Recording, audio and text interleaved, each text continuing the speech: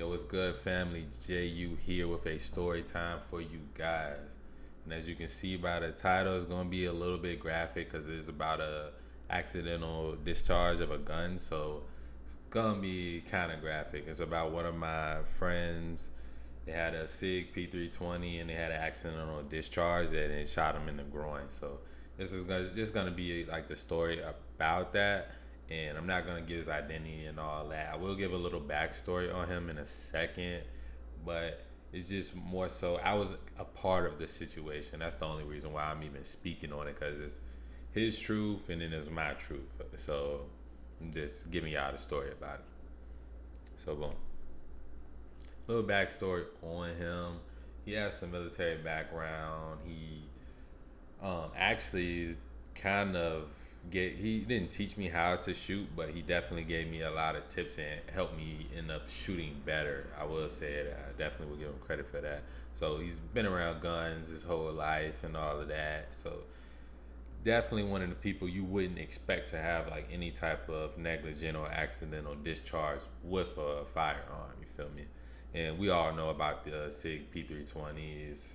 Is it human error? Is it the gun? Is it a mixture of both? I'll let y'all decide about that. But so we'll kind of get into the story now.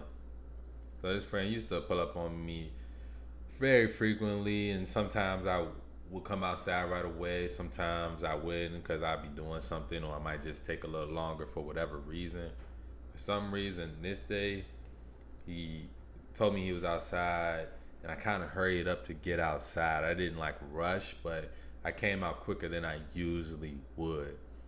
So I come outside, and he's outside kind of moving around kind of weirdly, and he has like his pants down. We're in like a parking lot, open public parking lot. His butt is out, and like he's moving around. I'm like, yo, what's going on? Like, so I kind of hurry up over there, and he's like, it's like he told me like he shot himself. I'm like, oh damn, like my mind kind of like freeze for a second, but then I'm like, damn, I need to help this dude. So first thing I do is I call 911. I call 911 and I get literally it goes to voicemail. They said the lines are busy right now, try again later.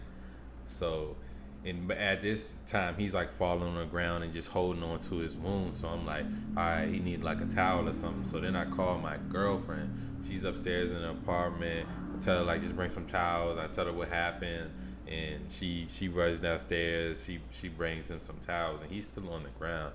Meanwhile, he's on the ground.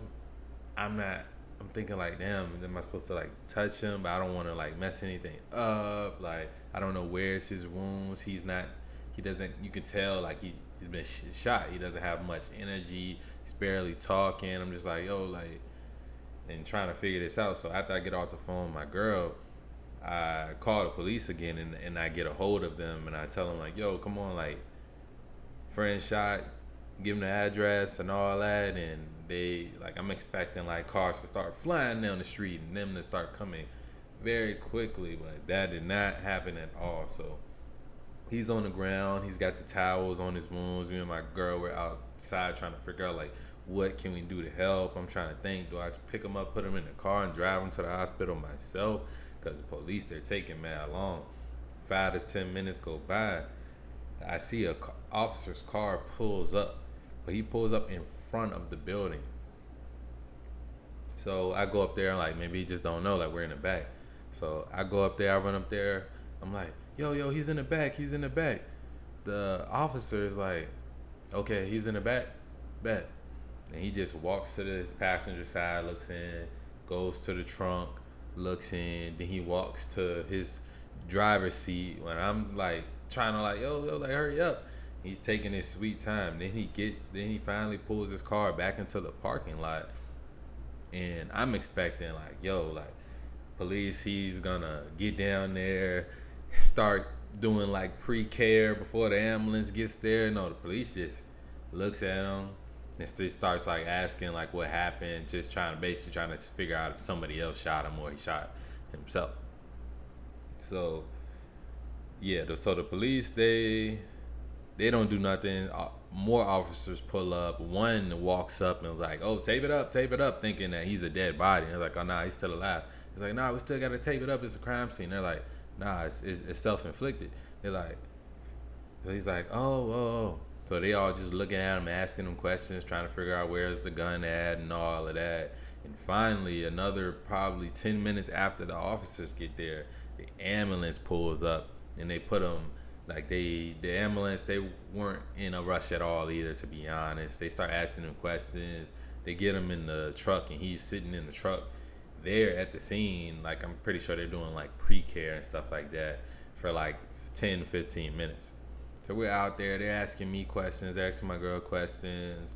We're like, yeah, I just came outside and I told them basically everything I just told y'all.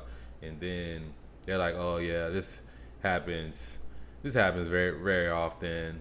Nah, I'm saying they just acting like it's just a regular incident. Which to me, I didn't know people were accidentally shooting themselves in the groin that often.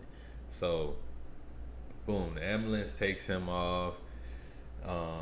He goes to immediately to surgery. It wasn't like damage that couldn't be fixed, basically. So SIG P320 9mm hollow point. It went through his shaft and then into his leg. Didn't hit any like major arteries, but he like a bullet going through your shaft, that's gonna take some time of healing and things like that. So yeah, he was out that game for a while as far as like using his penis and stuff like that, but made mostly a full recovery. And after the fact, like when we would talk about it, I could tell it's like he didn't really know if his finger touched the trigger or not. He claims this is what happened. Like, this is the story. He says he's sitting in his car. He's trying to reholster his gun. At the same time, he saw a figure run behind his car. So he's trying to see, like he saw like I guess a shadow run behind his car. So he's trying to look, and the gun goes off at the same time. Now we know SIGs and especially the P320, they all have issues. That's why I said, like, I'll leave that up to y'all to decide if it was his fingers swipe the trigger or whatever. To me, I just think guns like should kind of account for there being human error and be a little bit harder to go off, but like it did what it was supposed to do. But we've seen like some of these SIGs going off and they're not supposed to and things like that. So I kind of just took him at his word for it that his finger wasn't on the trigger. But you know, who really knows? And it's something that only really him and God will really know what happened in that moment. Like if his finger did. To me, they shouldn't be that easy to where somebody with training, and we've seen other people with training, whether it's officers or military guys or whatever, have these accidental discharges with their P320. To me, it was just like a very people would say it's traumatizing, but I wouldn't go that far to say that. But it did like affect me in a way, because yeah, in some sense, yeah, I did save his life. Sure, somebody else could have walked by when he was on the ground and helped him out and bled out or not, but it was a very serious situation, and like I came out probably at the perfect time, and like whether it's divine timing or whatever, like he was very, very, very grateful and appreciative, and always was like about that. And to me, it just felt like I just did what I was supposed to do. To me, to be honest, I felt inadequate to where I should have known like better things to do in a situation like that. So it did make me learn more about wound care and things like that, especially like with gunshot wounds and things like that. It also made me just extra heavy on my gun safety and things like that, especially when you do have one in the head, and also having firearms that you can trust and things like that, because he still totes that P320 around. I'm not gonna lie, he still has that weapon, and I think it's mostly because like how you wouldn't feel right selling a weapon that accidentally shot you, so like it could happen to somebody else type of thing. So I think that's why he still keeps it. To me, I wouldn't have it at all, but just destroy the motherfucker. But yeah, it was very kind of like traumatizing, I guess you could say, an event. You could say he almost died. You could say I saved his life, whatever. To me, I don't really look at it like that. Just doing what a friend does, like you see, like help somebody. You know what I'm saying? You see somebody that need it, you help them. Like that's just kind of like being a man and stuff like that. But yeah, man, crazy story. We all know about these SIG P320s.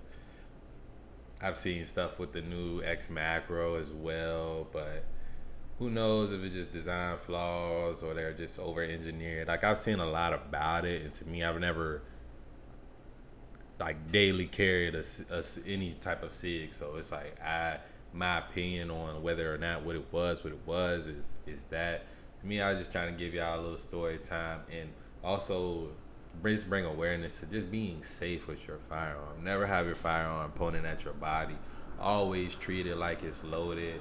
I'm pretty sure other guys can point out some other safety tips too in the junk, because you gotta protect your family jewels, man. Thank God he still got his Johnson, but hey, man, you could get rid of your Johnson, and even worse, you could end up dying. You could bleed out. You could hit the wrong artery and things like that. So yeah, man, just one of the many things that happened in my life, man. More story times to come, more videos to come. Like, comment, share, and subscribe if you like the video. As always, I love y'all, I love y'all, I love y'all. Drop a gun safety tip in the comment. Just say something. Just say something to your boy. Like, let me know something in the comments, you feel me? As always, I love y'all, I love y'all, I love y'all. I'm out.